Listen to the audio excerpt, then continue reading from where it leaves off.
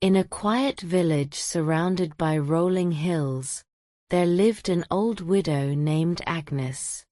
Her small cottage sat at the edge of the village, and every evening, she would sit on her porch in a rocking chair, staring at the empty chair beside her. The villagers often whispered about her, wondering why she kept the chair there. "She's lonely," some would say. "She's waiting for someone," others guessed. Agnes never explained, but there was a deep reason behind that empty chair. The stranger's visit.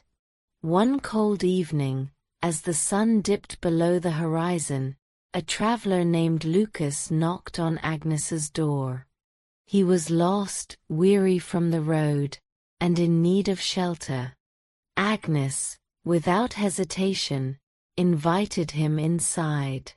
As Lucas warmed himself by the fire, he noticed the empty chair by the fireplace.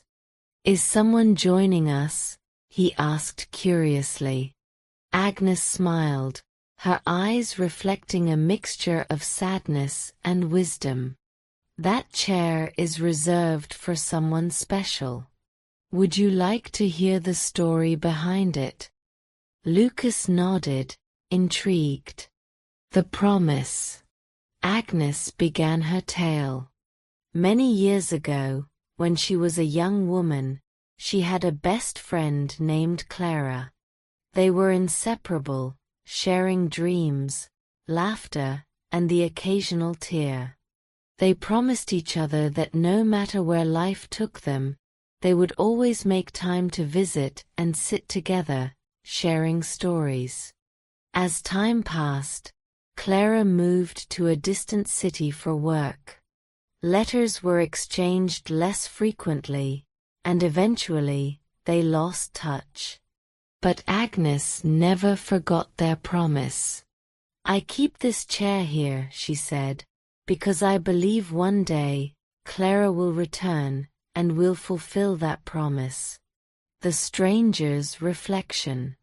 Lucas was moved by the story. He thought about his own life, how he had drifted away from people he once cared deeply about, too busy chasing goals and responsibilities. The empty chair felt like a symbol of all the relationships he had neglected. "I think we all have an empty chair in our lives," Lucas said softly. "People we've lost touch with, promises we've forgotten to keep."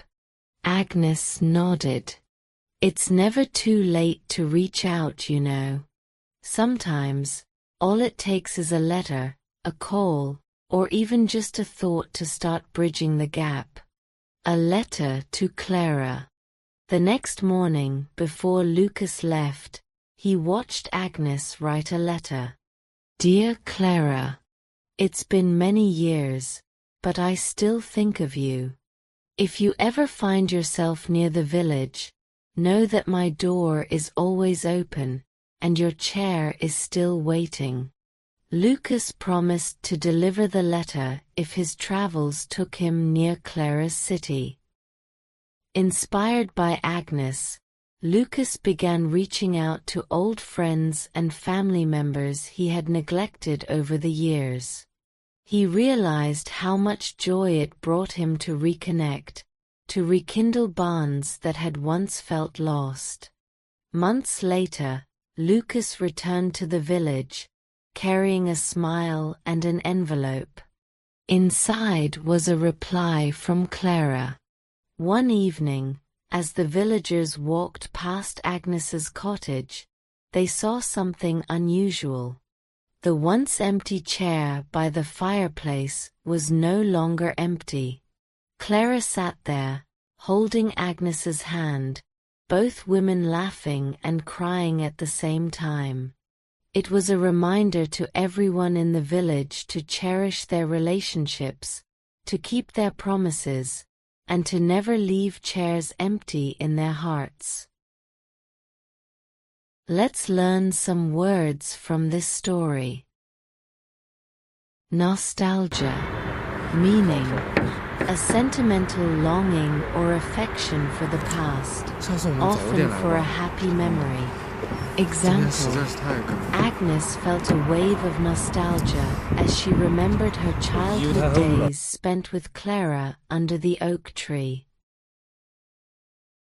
Rekindle. Meaning: to revive or bring back something, especially feelings or relationships. Example: the letter helped rekindle Agnes and Clara's long-lost friendship. Eccentric.